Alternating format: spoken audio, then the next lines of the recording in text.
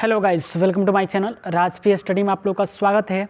और ये जो है परसेंटेज का तीसरा वीडियो है, यानी थर्ड है।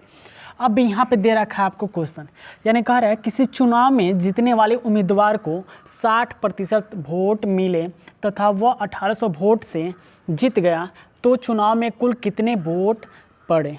अब करना क्या है आपको, जो पर्सन है, जो जीता हुआ पर्सन है, उसको टोटल परसेंट कितना परसेंट वोट मिला है, 60%। जो हारा होगा व्यक्ति उसको कितना मिला होगा, तो 40%। यानी कहने का मतलब है जो जीता हुआ पर्सन है 60% उसको वोट मिला है, लेकिन कितने वोटों से जीता है, 1800 वोटों से। तो आप क्या करो, ये 1800 वोट कितने परसेंट के बराबर होगा। तो आपको पता है जो जीता है उसको कितना मिला है, तो 60%। और जो हारा है वो कितने, हारा होगा उस कितने परसेंट से हारा होगा, तो 40% उसको वोट मिला होगा। ये जो जीता है पर्सन, इसको कितने वोटों से जीता है, अधिक, तो 1800 वोटों से। यानी कि 1800 वोट जो है ये क्या है, जीता हुआ है पर्सन है। तो कितने वोटों से जीता हुआ है, तो हम क्या करेंगे, 60 में से 40 घटा देंगे तो क्या हो जाएगा, 20%। यानी कि 20% वोट किसके बराबर होगा, 1800 वोट का। यानी कि 20% इक्वल टू क्या हो जाएगा, 1800। तो 1% बराबर क्या हो जाएगा, तो आप ही जानते हो कि 1800 बट्टे में क्या हो जाएगा, तो 20 हो जाएगा। 0 से 0 कैंसिल, 2 से 1 कितने बार में कट जाएगा, तो 90 बार में। यानी कि 1% बराबर हो जाएगा 90।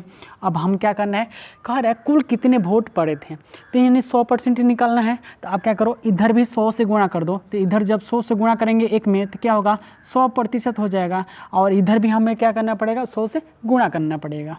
तो 90 में जब 100 से गुणा करेंगे तो ये क्या हो जाएगा हमारा, तो 9 पे 4 0, यानी कि क्या हो जाएगा हमारा, 9 पे 3 0, ये हमारा क्या होगा, 9000। ये हमारा क्या है, आंसर। नेक्स्ट क्वेश्चन, किसी परीक्षा में उत्तीर्ण होने के लिए 40% अंक लाना अनिवार्य है। एक विद्यार्थी को 32% अंक प्राप्त हुए तथा 24 अंकों से फेल हो गया तो परीक्षा का पूर्णांक कितना था, ये आपसे पूछा हुआ है। तो आप खुद ही सोचिए, यानी कि उत्तीर्ण होने के लिए कितना अंक चाहिए, यानी कि 40% अंक चाहिए। एक जो लड़का है उसको कितना अंक मिला है, 32%। तो कितने अंक और चाहिए, कितने परसेंटेज चाहिए, तो यार आपको पता है कि 40 में से 40% ये क्या है, पास होने के लिए है, ठीक है। और वो लड़का कितना लाया है, तो 32 अंक लाया है, 32% अंक लाया है। और कितने भाई फेल, अगर देखा जाए फेल हो, कितने से फेल हुआ है, तो 24 अंकों से फेल हुआ है। देखो तो यहाँ पे लिखा है 24 अंकों से फेल हुआ है। तो यानी 24 अंक और ला दिया होता है तो क्या हो जाता, 40 के बराबर हो जाता। यानी कि 32 अंक लाया, ठीक है, 32 अंक लाया। और पास होने के लिए क्या चाहिए हमको, 40% अंक चाहिए। और यहाँ पे बोल रखा है कि 24 अंकों से फेल हो गया, तो 24 अंक से क्या हो गया, फेल हो चुका है। यानी कि 32 में, यानी 40 में से 32 घटा देंगे तो क्या होगा, 8%। अगर भाई हम कह रहे हैं 8% अगर 32 में जुड़ जाता है तो क्या होता है, यानी कि ये पास हो जाता। यानी कि 24 अंक है ये क्या है, 8% के बराबर है। यानी कहने का मतलब है हमारा कि 8% लाया होता या 24 अंक और उसमें इंक्लूड हो जाता है तो ये लड़का क्या हो जाता, पास हो जाता। तो 8% क्या है, 24 के बराबर है। तो 1% क्या हो जाएगा आपका, तो 1% 24 बट्टे क्या हो जाएगा, 8, 8 तरीके 24, यानी 3 हो जाएगा। 1% बराबर 3। हमें चाहिए, कब पूछा क्या है, परीक्षा का पूर्णांक कितना था, यानी कि टोटल 100% का होता है। तो इधर भी 100 से जब गुणा कर देंगे तो 100%, और जब इधर भी 100 से गुणा कीजिएगा तो ये कितना हो जाएगा, तो 300 पूर्णांक हो जाएगा। ये हमारा क्या हो जाएगा, तो आंसर हो जाएगा। नेक्स्ट क्वेश्चन दोस्तों, कह रहा है किसी परीक्षा में 80% विद्यार्थी हिंदी में पास हुए तथा 85% गणित में पास हुए तथा 75% दोनों में पास हुए तो फेल का प्रतिशत ज्ञात करें। यहाँ पे दे रखा है क्या, आपको दे रखा है भाई, तो 80% क्या है हिंदी में, तो यानी कि हिंदी में कितने प्रतिशत पास हुए हैं, 80%, ठीक है। और 85% क्या है, तो गणित में, यानी कि मैथ में क्या है, 85% क्या हुए हैं, पास हुए हैं। और दोनों में, यानी कि H और M दोनों में कितने हैं विद्यार्थी जो दोनों में पास हुए हैं, तो 75%।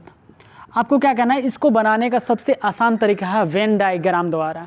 आप क्या कीजिए, यहाँ पे लिख दीजिए हिंदी और यहाँ पे मैथ लिख दीजिए और ऐसे गोला कर दीजिए।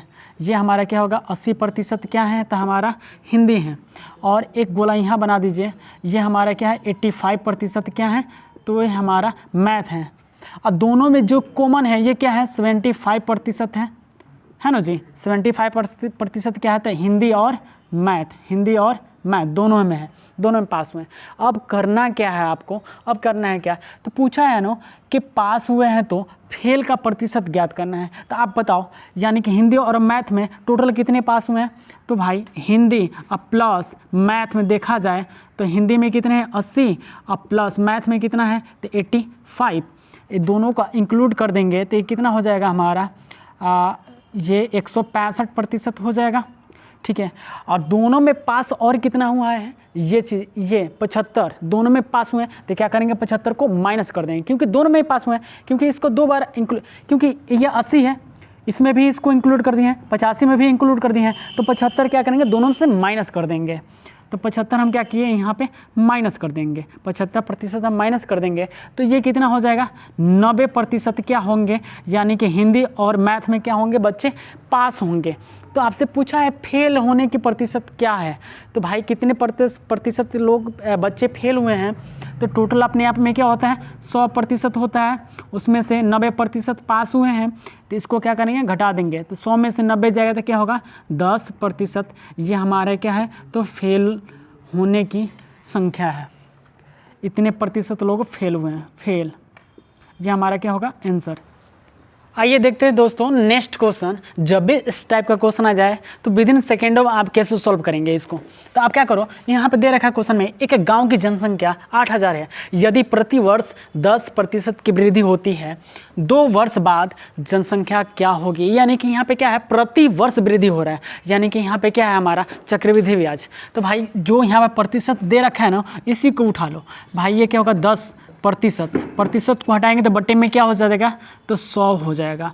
आप क्या करो, 0 से 0 कैंसिल, यानी कि नीचे क्या होगा 10, ये क्या होगा 1, तो इसको हम क्या कर लेंगे, यहाँ पे 10 लिख दीजिएगा, यहाँ पे क्या लिख दीजिएगा, 10 में 1 जोड़ देंगे तो क्या होगा 11, ठीक है। यानी कि 2 वर्ष है ना, तो 2 वर्ष, तो भाई 2 बार इसको लिख देना है, ये भी क्या होगा 10, ये भी क्या होगा 11।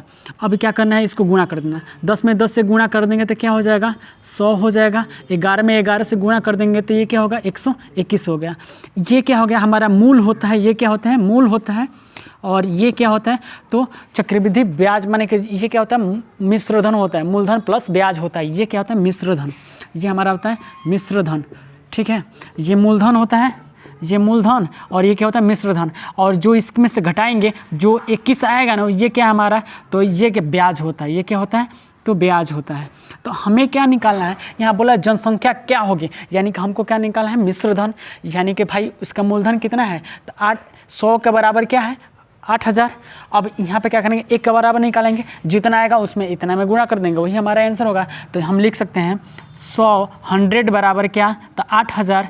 तो अब बताओ भाई कि 1 बराबर क्या हो जाएगा, 1 बराबर हमारा 80 हो जाएगा, 1 बराबर क्या हो गया 80। हमें ये निकालना कितना है 121 का, तो जब हम इधर 121 से गुणा करेंगे 1 में, 1 बराबर इधर क्या हो गया 80, तो जब इधर गुणा करेंगे 121 से तो 121 हो जाएगा। तो इधर भी हमें क्या करना पड़ेगा, 80 में 121 से गुणा करना पड़ेगा। तो जब हम यहाँ पे 0 है तो 1 0 लिख दीजिए, 8 से गुणा करें 8 एकम 8, 8 दूना 16 का 6, 8 से 1, 8 एकम 8 एकम 9, यानी कि ये हमारा क्या होगा आंसर हो जाएगा। टोटल जनसंख्या क्या हो जाएंगी 9680। ये हमारे टोटल क्या है जनसंख्या है, जनसंख्या।